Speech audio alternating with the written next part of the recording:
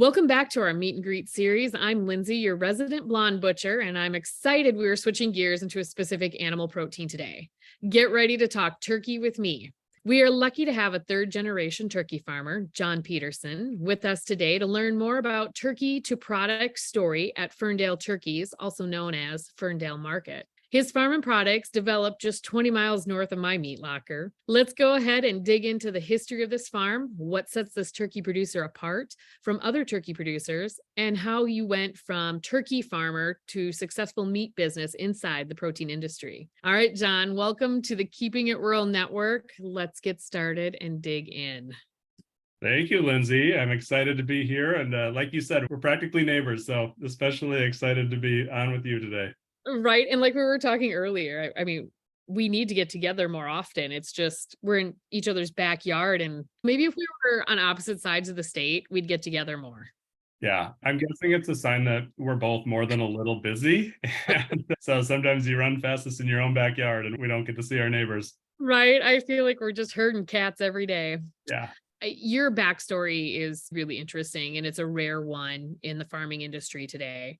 Tell us more about the history of the farm, how you came to make some additions to the family business, and why a turkey store. I know that's three questions in one. I'm sorry. Yeah, I'll do my best to answer all three and you can get me back on track if needed. There's a great history to our farm. Like any multi-generation farm family, we're really proud of how we got started. My grandparents started our farm in 1939. And I think the first great story in our legacy is that my grandparents were Fern and Dale. So that's where the name Oh, Ferndale comes from. I love that. It's always so much fun for us to share where our name comes from because there's a great story embedded in it. So like I said, they got us started in 1939. My grandpa picked a farm that was really well suited for growing turkeys and particularly for growing turkeys outdoors. So that's what we're still doing today, growing free range birds. The funny thing, and we may talk more about this later, but when my grandpa got started, everybody grew turkeys outdoors. He wasn't looking for a specialty market per se. He was just looking for a good place to grow turkeys in the way that everybody was in that era. It was absolutely the norm. Fast forward ahead, thankfully for me, my dad and mom decided to come back to the farm in the mid 70s after they were done with college and shepherded the farm forward for a few decades. And again, continued in this using the same practices that my grandpa had. And then fast forward again to 2008, when my wife and I, at a point on our early careers, done with college and working early jobs, and realized that we had an opportunity to come back to the family business. But like you alluded to, Lindsay, also make a few changes to be more closely connected to our consumers. Prior to our return, we sold our turkeys to a processor like happens in most of the ag world, but we really wanted to be more directly connected and have a brand around these distinctive practices that by that point were awfully unique, that our turkeys were still outdoors. So that's what we set out to do. And like you mentioned, it took the form of our market. And I can tell you much more about our on-farm store where we literally converted our turkey hatchery and turned it into a space to sell turkey products and local foods. And we also then built a brand to wholesale our turkey to restaurants and retailers and meat shops like yours across the region. Yeah. And you even use a local butcher to you. We do. Yeah. Who does the processing of the bird itself? Yeah, definitely. So all of our birds are slaughtered in Marshall, Minnesota. Turkey Valley Farms is a co-op processor that we're a part of. It's really fortunate for us. I mean, they're an independent processor, and so we're able to ensure that all of our product is packed according to our specs and all of those things. But then I think you know some of this again from the neighborhood, Lindsay, but we then have three other smokehouses or sausage makers that we work with to make all of our finished products. One of them is in Cannon Falls, Lawrence Meats. One is in St. Paul, Big Steer Meats, and one is in Ellendale, Steve's Meats. And I mentioned them by name only because we're so proud that they're all fellow independent Minnesota processors. I mean, the meat world is so consolidated that we're proud to be working with smaller independent folks making great stuff. Right. And they're all great meat lockers. Really They great. are. Absolutely. So in an earlier podcast, we were lucky enough to have Erica on. Episode 5 she was, and she's also a turkey producer, and she does a lot with the state and on the politic realm for the turkey board. We learned a lot about raising turkeys, but tell us why your standards and care and what you focus on in meat quality terms is different on your farm versus a regular turkey farm. What sets you guys apart? Yeah, absolutely. I'll say first off, I think the world of Erica. I mean, if you talk turkey with her, you got a good spokesperson. She's a great partner of ours and think really highly of her. I mean, I think you're asking the question the right way. What's different about our turkey? Because I would start by saying it. I think all turkey farmers of any shape or size are working their hardest every day to make sure that their flocks are doing well. But like you say, we do a few things a little bit differently here. So I mentioned earlier that our birds are outdoors, and so that brings a lot of uniqueness to it, especially this time of year where we're out moving our ranges so that our birds are on fresh ground, maintaining our outside yard so that, again, our birds are in a good outdoor environment. But the other piece that was really unique to us is that we're growing our birds without the use of antibiotics or any growth promotants. So I think the main thing to your question about caring for our flocks is just that we have to be so preventative and take just a proactive stance to everything that we're doing with our birds. Maybe as an example, I was out this morning before talking to you. I was out with our veterinarian walking flocks. And in the world of turkey, we're just watching for subtle changes in that bird or in the environment, things that could tell us that, for whatever reason, they're just not feeling quite right. And then we're going to try to take a very proactive approach to get them back to good immunity and build a strong immune system in that bird right from the start, ideally. Yeah. Are birds a lot like deer or kids? You almost don't know they're sick or not feeling well till it's almost too late. Yeah, I mean, I think we do watch very close just by nature of seeing flocks not only every day, but in some cases multiple times every day. You do notice those subtle changes. And I think if you're really in tune with the flock and also, of course, the outside environment, what's the weather doing and temperature, humidity, wind, all of those kinds of things. If you're attuned to all of those things, they are pretty good at telling you. That's not to say nothing's ever snuck up on us. Yeah, Um, no, that's fair. but yeah, I think most of the time we would like to think we have a hunch that something isn't quite right and we're going to try to jump on it fast. How concerned are you with the bird flu status going around? Yeah, I would say like anybody who has poultry of any kind, we've been very concerned. We've been also very fortunate that we haven't had any direct impact, but I always joke that the impact has been to my sleep because it's just Yeah, been like I was nerve-wracking. just gonna ask you how many sleepless nights you've had Oh, over thinking about that stuff. yeah, yeah. So definitely spring and fall when the migration is happening and wild birds, migratory waterfowl seem to be the carriers. And so when we know that migration is happening, it is worrisome. But like I say, we've been very fortunate that we haven't had any direct impact. And I'll tell you, we don't take that for granted. Yeah, no, I agree. Talk a little bit about the seasons. How do you manage turkeys in a Minnesota winter that are being raised outdoors? So I oftentimes say that turkeys are just like Minnesotans, where they really don't want to be outside during the winter time. So our birds are outdoors from as early as they can be in the spring until as late as they can be during the fall. Usually it's like April till November, somewhere in that kind of time frame that our birds would Yeah, be outdoors. The other thing to keep in mind is that does coincide with the traditional demand cycle. So we also raise a lot less birds during the winter. The birds we do have would be indoors yeah, on sawdust shavings in a climate controlled barn. But because our peak demand sort of climaxes at Thanksgiving, we're able to just have fewer birds around the farm during the winter months. can I ask you how many birds you raise a year? You can ask me. Yes. In a calendar year, we grow about 150,000 turkeys. That's And enough. one, yeah, it's it feels like, especially right now, we're like at peak capacity right now, again, gearing toward Thanksgiving season. Whenever I talk to consumers, I like to give that number a little context just to say that the state of Minnesota grows 40 million turkeys in a year. And I mean, we're a very modestly sized family farm. I think people are oftentimes just struck by how big all of the numbers in agriculture are. Right. Yeah. Right. And I think the turkey industry is such an unknown and an uncelebrated industry as to being the biggest producers in the United States for the bird. Yeah, So I would agree. Yeah, I think most people don't recognize that Minnesota is the number one turkey state in the country. even, I feel like the cattle producers and the pork producers get a lot of accolades, but I think it's also funny to know that a lot of cattle producers and pork producers have turkey barns as a side thing, which I thought was really interesting too. Absolutely. A little diversification on a farm. There's the word diversification. Yeah. Yeah, it would be a heck of a hobby, but it is a good Yeah, diversification. right, right. So, can we talk about the raising of them and the meat quality a little bit? And what are you finding in your birds carcass wise versus a traditionally raised barn range turkey? Gosh, I love talking to a butcher. These are great questions. Yeah. Just come get a turkey from you and dissect it myself and take pictures. I You should do tell me, that. Lindsay. Yeah. Yeah. Yeah. I of course have all kinds of bias that of course our turkeys are the best. We raise them.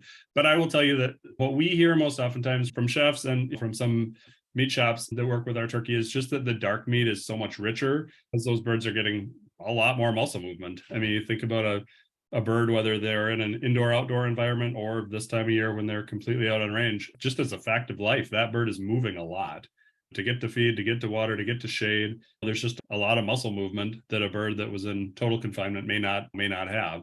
So that's the difference that we so oftentimes hear. And I mean, we have chefs that rave about the dark meat because of that Yeah. richness of flavor. Do you find that they have more fat cover or a different color fat cover like we would see in more grass-fed cattle versus a stronger corn finished animal? Yeah, I don't know that I've noticed that. I mean, one thing that I should mention is that even when our birds are out on range, they still have access to a To feed feed. of corn and Right. soybean meal. Their activity and their lifestyle is very different than they would be in a confinement situation, but they're still eating a similar kind of a program. Now, ours is a custom feed program, largely because of our raised without antibiotics program. We're not using anything to speed their growth, but the staple ingredients would be very similar. And so I don't think that we see a difference down to the fat level per se. But the other difference I should mention is that all of our products are naturally processed. A lot of poultry might have an added water or basting solution. We don't Oh, have good any of that. question. They're not pumped with anything. They're not pumped with anything. Yeah. And I mean, from our standpoint, we think we're raising a good tasting turkey. We don't want to change the flavor. Right. We're proud of how they taste on their own. But I also think from a consumer standpoint, then you're not buying 10% water or whatever the case might be. So we think it's a better value and hopefully a much better tasting product as well. Yeah. Yeah. I think 18% were the last turkey breasts I got.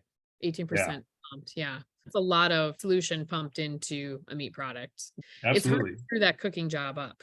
If you can Yeah. screw that up, you shouldn't be cooking. Yeah. Yeah, for sure. And I think consumers don't always think about that. Naturally, you go to the grocery Right. store, you buy what you buy. But if it's 18% pumped and you're paying 18% more than you would otherwise, that might help you reframe the way you're making some of your meat purchases. Right. For sure. For sure. Talk a little bit about some of the, would you call them more holistic approaches to animal care, preventative measures you might be implementing, whether that's an apple cider vinegar in the water or something to offset that antibiotic usage? Yeah, definitely. So you're actually really close to the mark talking about apple cider vinegar. We do use strategies similar to that to try to acidify the water to make it less hospitable for bacteria, because of course turkeys are using shared drinkers. So it's not, Right. they don't each get to have their own cup labeled in the kitchen. And Lindsay only drinks out of her cup. They Right. all Right. share. So we want to do anything that we can do to make sure that we're minimizing the spread through those shared drinkers. But then also, like in our feed program, we use probiotics and some prebiotics to help seed the gut with good bacteria when we Nice. have challenges. Like this is one of the things I was just this morning visiting about with our veterinarian. When we have challenges, we'll start by taking more natural approaches. In the human health world, we'd probably call them more homeopathic type approaches, using typically herbs that can have some antimicrobial properties with Like the oregano style stuff. like oregano style Yeah. stuff. Exactly. But like I alluded to earlier, I think oftentimes we have to get out ahead of challenges because it's probably not going to be as powerful as a traditional antibiotic would be. But Sure. if we can be ahead of the curve and identifying that something isn't quite right here, in most cases, we're successful at heading it off at the pass. Yeah. So traditional turkey barns that I've worked with, I've always gotten the phone call of, hey, the turkey haulers were here today and I've got 100 birds left behind in my barn that couldn't make the walk of the barn to the truck and now I'm stuck with them. If I knock some, can I bring them into you to breast out? That's a normal phone call at my locker, Oh, which I yeah. do for certain farmers to a point because it's not my favorite job on the Yeah, you planet. must have a lot of turkey farming friends if you're getting that call. Yeah, I had one barn that I think he had 150 turkeys that didn't walk to the truck. Oh, So boy. he was kind of in panic mode about that. Are your turkeys, do you find them that they're a little more muscular and stronger for that body weight type? You're still growing an 18 to 20 pound bird, right? You're trying to make that carcass category. Yeah. And I mean, this is another thing that's unique about our farm and our group is that we grow all sizes of birds, which I mean, we need to for consumer markets. So we grow Right. everything from a 10-pound dressed turkey up to a 26-pound dressed turkey. And then we'll grow big toms up to 40 pounds live weight, deboned for ground turkey or boneless breast products. Some of the things that would be put to use in a shop like yours or in a restaurant where you're serving lots of people and you need a big boneless breast. Yeah, we grow all sizes of birds. Like I said earlier, I mean, I think our birds, just as a active life, have to be very mobile. And so they are using the skeletal structure and muscles every day. It's not to say we've never had flocks that struggle. I mean, that's again a Yeah. part of farming. Even if it's a hot, humid day too. I Yeah, think any bird's gonna struggle that day to make the walk to the truck. Yeah. absolutely. Yep. I mean, we're going to try to minimize any stress on days like we can have during peak summer. Will you talk about, say you lose a bird on the farm? Are you composting that animal to reutilize? Definitely. Yeah. That's a great question, Lindsay. We have actually been through a few different iterations here on our own farm. We used to compost and we actually ran into a disease cycle that seemed like it was being perpetuated from our compost site where Oh, we actually we thought it was a great compost setup, but we had small mammals getting in and then we thought they were then carriers, tracking that challenge back into other flocks. So we now have actually been rendering any birds that we lose, any mortality is actually taken off the farm so there's no source for disease to be tracked. sure. And then that rendering process, is that utilized back into a pet food source? I think a lot of people listening to this don't understand how everything is recycled in some way, shape, or form. Yeah, absolutely. I don't know exactly which finished products it would be made into, but Yeah. it does not go to waste. I mean, that's the beauty of that process, whether it's rendering or composting, there is value that is being captured out of that loss and being put to good use in a second life. So yeah, I would imagine that it's pet food, but I don't know all the potential uses of a rendered poultry product. Yeah. And would you do anything specific with your turkey manure? It's a hot product.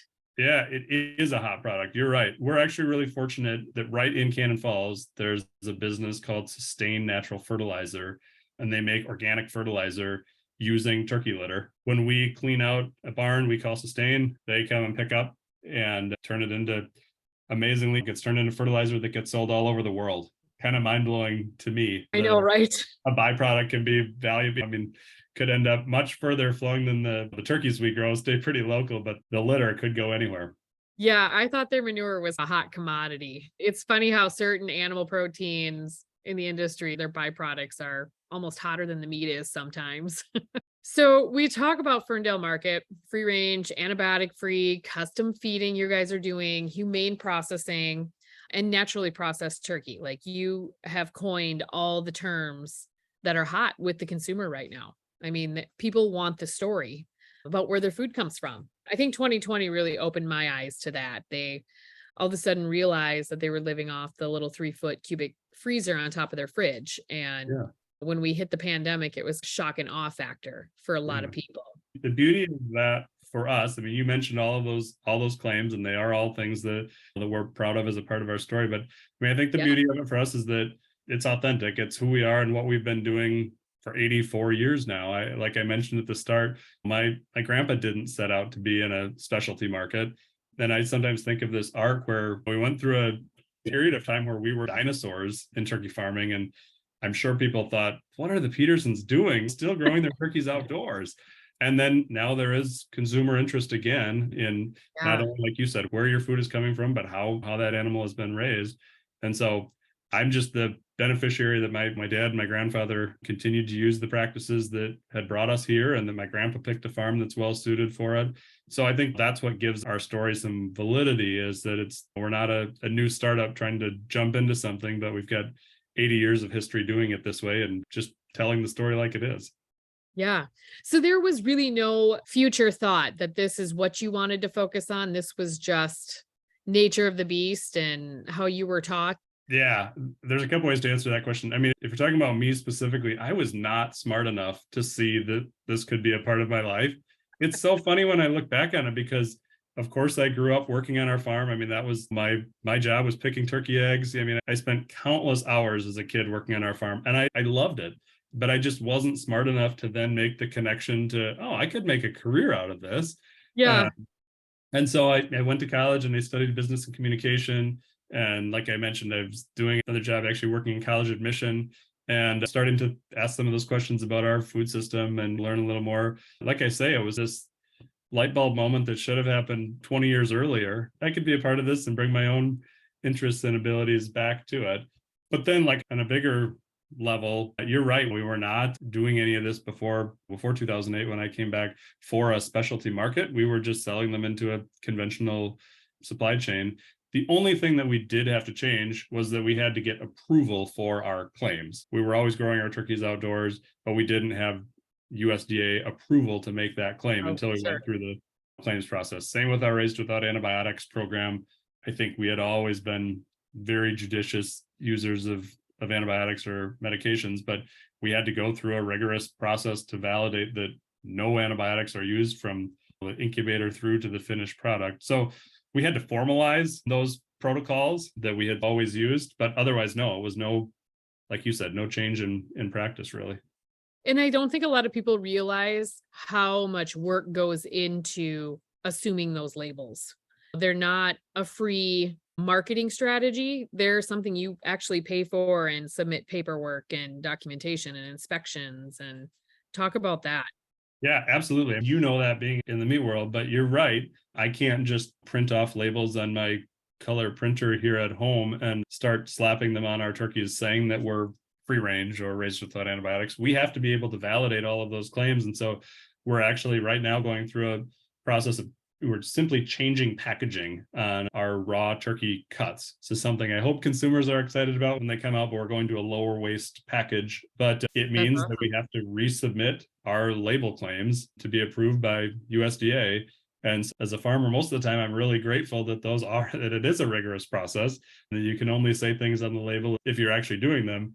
Right. But of course, when you're in the midst of it, it's a lot of work to validate that we're doing what we say we're doing. And we have to track that with every single flock and provide all those records at harvest to USDA with every single flock. Yeah. And not just with your flock, but then it follows it to the protein, the meat itself. That label goes to there, and then those records, and then the records to whatever store it goes to, and then the records from it's being sold from there. So it's insane, the paperwork that goes with just one bird. Absolutely. No, for sure. Yep. And like I said, I think that should give consumers confidence that when there's a meaningful claim, now we probably all know there are sometimes claims on products that don't mean a whole lot, but when there's a meaningful claim on a package like a free range, that should be meaningful. I mean, it has been vetted, and that farmer has had to validate that is indeed what they're doing, and it means something. I think you should put eco smart packaging on there as well. Yeah. Like I say, we're working toward a lower waste packaging. See, there you go. Yeah. I don't know if we can still sneak one more claim in through our label process. Throw it on there. Yeah. Can you talk a little bit about your facility, your store? Would we call it direct marketing on some level still?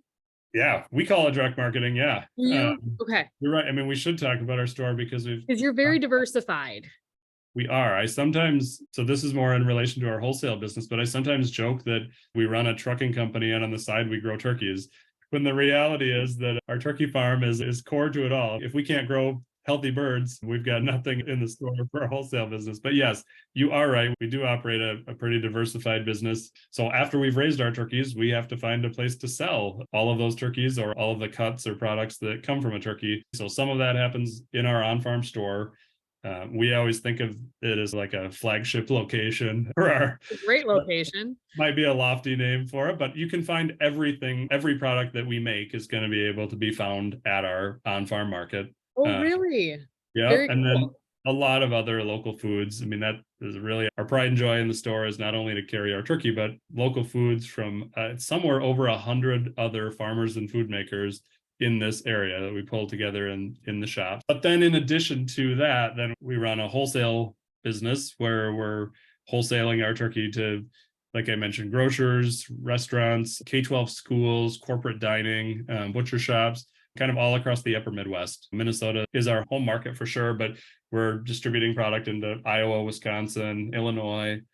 And some of that is happening on our own trucks. We have our own distribution center where we're warehousing and fulfilling product. And then sometimes we're contracting some of those deliveries to more far-flung locations. And then lastly, you mentioned direct to consumer. So in addition to the store, we're also doing a shipping program so that, Lindsay, if you lived in Texas and really had a craving for Ferndale turkey snack sticks, we could send you our turkey snack sticks. Is that like a membership box you sign up for to get turkey product, or is this more of an e-commerce? I can go to your website and just order what I want. Yes, it is just e-commerce. We're not doing at this point, not a subscription type model, as you'd imagine. In the fall, most people are buying whole turkeys. We sell a lot of frozen turkeys and smoked turkeys to shoppers all across the country that are looking for a good Thanksgiving bird. This time of year, it's turkey hot dogs and turkey bratwurst and those kinds of products on that e-commerce. But you're right, there's a lot happening on any given day, from the farm to the store to the warehouse to shipping. So will you talk a little bit about, because I have so many farmers and producers that will listen to this, and not specifically into turkey, but other areas as well. How did you take your farming to the wholesale market, to the direct market? Were you cold calling grocery store chains? Were you, and then expanding out? You're working with 3 big lockers in the state of Minnesota that had gone up to, they must be federal inspection, right? All 3 of them are federal. They are all, and there's actually 4 because there's our There's 4 slaughter now? facility and then Yeah, sorry. Yep. So 4 in all, and yes, they are all federal inspection. And I mean, a couple of reasons for that. One is we're crossing state lines with a lot of No our limitations. Yeah. stations, but we're also selling into a lot of K-12 schools and colleges. And so in some of those instances, they also need federal inspection. So yes, all of our processing partners are federally inspected. So how did you take those steps to get to wholesaling? How did you make those connections? You are right that at the beginning, it was a lot of cold calling. And I mean, I look back, I think any business owner would say this. I'm sure you'd say the same, that if you knew what you were going to get yourself into, you probably would have avoided it. Mhm. Yeah, ignorance is bliss. So, I mean, thankfully now we have a good team of people that help me with all of those things.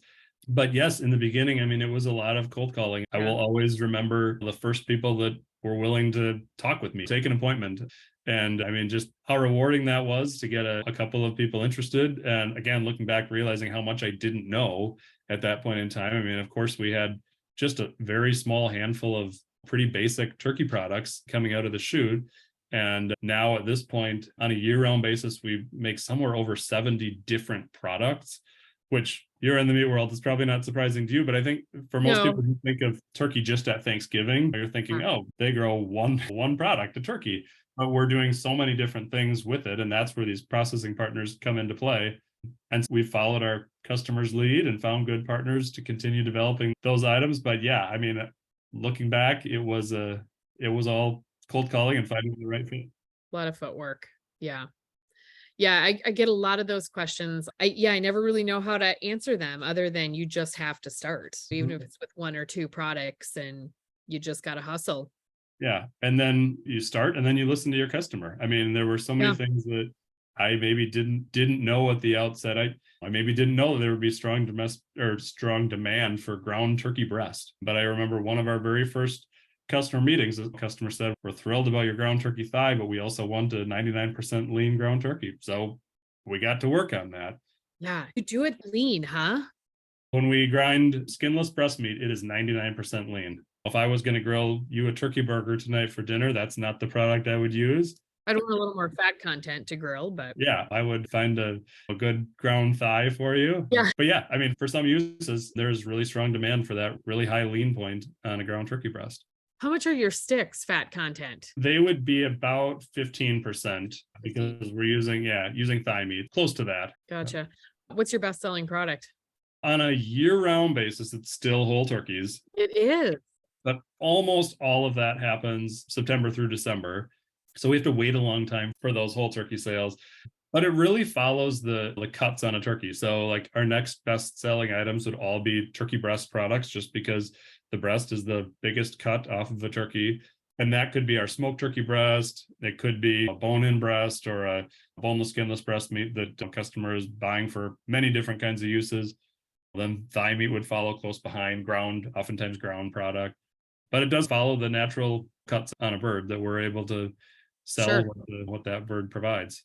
What product is the one that surprised you by the demand of it? So you mentioned our snack sticks. I never cease to be amazed by what strong demand there is for turkey snack sticks. So we make both a turkey and cranberry and a turkey and pepper jack cheese, and they both sell like neck and neck. They're really even in sales. I think it's just that, I mean, they're great products, but I think that for people who are looking for a little more lean, very high protein snack stick, that is one that really surprises me because there really hadn't been a market for turkey snack sticks, but we found people were interested. And then the other one that I maybe mentioned is our smoked turkey breast. I guess it's another fun story of listening to our customer, but quite a few years ago, St. Olaf College in Northfield, who's a good customer of ours, mentioned that they were looking for a better smoked turkey breast. They didn't want the pressed and formed lunch meat that we so oftentimes see. We partnered with Lawrence Meats and we made a smoked turkey breast at that point, largely for this one customer, St. Olaf. And now it's one of our very best selling items year round, both for retail and deli. And it gets shipped fresh every week all across the Midwest. And it all started with that one customer asking for something better than the lunch meat they were getting off their truck. That's awesome. That's really awesome. Yeah, it's a great product. Kudos to Lawrence Meats for producing it. Lawrence Meats has taught me a lot in the meat industry, especially when I first started. Between them and Greg's Meats were my people that I could call on if I had a question or something. And Rob said, like, he's just come up one time and just come tour the place with me. And they were doing some of your product the day I was up there. So it was fun getting to watch them package and sticker and yeah, knowing that it was a full circle local product. It amazes me that my grandpa started here, in 1939, and Mike and Rob's dad got them started, I think, on the mid 50s. And who could have imagined what a great partnership it would be today? I mean, it's no stretch to say we wouldn't have been able to grow or produce some of the products that we have if they weren't our neighbor right across town, literally. Right. So it's been a great partnership, and I hope fortunate for both of us. To switch a little bit gears to talk about pricing on your end. How does the price of other meat products compare to turkey, and how does the change in pricing of different meat products affect your demand? Yeah, turkey tends to be one of the lesser expensive proteins. In fact, that was one of the reasons that my grandpa decided to grow turkeys. People sometimes ask us why we've grown turkeys all these years, but it was part of my grandpa's vision was to be able to produce an affordable source of protein because turkeys are really efficient converters of grain into protein. And so turkey tends to be relatively affordable when compared to other proteins. We're influenced by a lot of the same things that drive meat pricing. I mean, when feed costs go really high, of course, that changes how we need to price things because the majority of our cost of growing a turkey comes from feed. But in the spectrum of across all of the proteins, turkey is typically, I think, pretty well priced because they're so efficient to grow. Yeah. Talking about growing, what is the time from hatch to harvest? It depends a little bit on whether it's a hen or a tom, and then, of course, what size we're shooting for. So anywhere from 3 to 5 months is the typical time. In the world of growing turkeys, we tend to think of it in weeks. Like a tom would probably be around till about 20 weeks, somewhere in that neighborhood. Hen might be more like 14 to 18 weeks, something like that. So I've been fortunate the last 2 years to tour a lot of South Dakota, Nebraska cattle ranches. And I'm bringing this up because the one thing I found in common with a lot of these heritage ranches that had survived the Depression, the 80s, farming market crash, the droughts, it always was turkey to the rescue. A lot of these huge cattle ranches, when they couldn't afford to run cattle, they were putting up turkey barns. And that's what saved their family ranch. So I found the turkey to be the hero in a lot of hard times in farming communities. It seems to always kind of be the turkey that pulls people through to keep their farms and sustainability on more than one level. Maybe we've been smart not to get into any of the other species. I know, right? Yeah. Right. I do. I mean, turkeys, like I said, they do grow quickly. And so I can totally understand just the turns are so much different than cattle operation, for example. Right. Night and day. Yeah, I can understand that. Yeah. No, I just had to throw that in there because I feel like the turkey doesn't get the credit it should for what it's done in the farming industry. I would agree. Turkeys don't get enough credit. They They should don't be get enough credit. Most stories. Yes, yes, I agree very, very much. So I'm glad we got this on as one of the first protein specific podcasts. All right. So this has been really fun, John. I thank you so much for your time. We are getting together for lunch soon. And- One last question. What do you do to keep it rural? Oh, I knew this question was coming, Lindsay. You were Yeah, prepared, right? hopefully I can give two answers, because one would be in our market. I mean, we talked about our store, but obviously we're really proud of all of the products that we bring together in the store.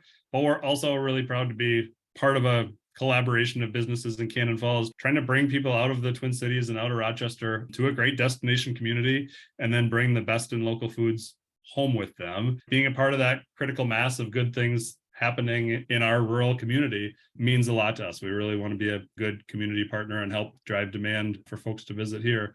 And then the other thing I'd mentioned, just to give a shout out, I had been a board member on the Southern Minnesota Initiative Foundation, a group that I think the world of, and they do a lot of work in southeastern Minnesota, 20 county region down here. And I just think help us think regionally, collaboration amongst rural communities and counties. And I really enjoyed that work, found it really fulfilling in the way that we think about economic development and sustaining our rural communities. So I had to give a shout out to Southern Minnesota Initiative Foundation as well. I'm glad you did, John. We need more people like you in ag, period. Thank you so much for your time. Tell me where we can find Ferndale Market, Ferndale Turkeys, social media, website. Yeah, so we have a great presence, and all the credit here goes to my sister, who's also our marketing communication manager. True family business. My sister does all of our social media work. So you can check us out on Facebook, Instagram, and our website is just ferndalemarket.com, where you could find out much more about all the things that we talked about here today, and a locator for where you could buy our turkey. Perfect. Otherwise, they can swing into your store anytime in Cannon Falls, Minnesota. We would love to see them here on the farm. Yes, this has been an absolute eye-opening for all of us getting to listen about the turkey industry and another version of the turkey industry. I've enjoyed learning more about the Ferndale business and about turkey. Make sure you stop into Cannon Falls, Minnesota to Ferndale Market, or at least check them out online. And if you have any other further questions, I'm sure they'd love to answer them. Thanks you all for following along on the Keeping It Rural Network podcast. I'm the Blonde Butcher, and we'll talk to you all next time. It's not a party without you there. Follow Our Crazy on Facebook and Instagram, and be sure to check out all episodes and extras at keepinitruralgirls.com. That's all, folks.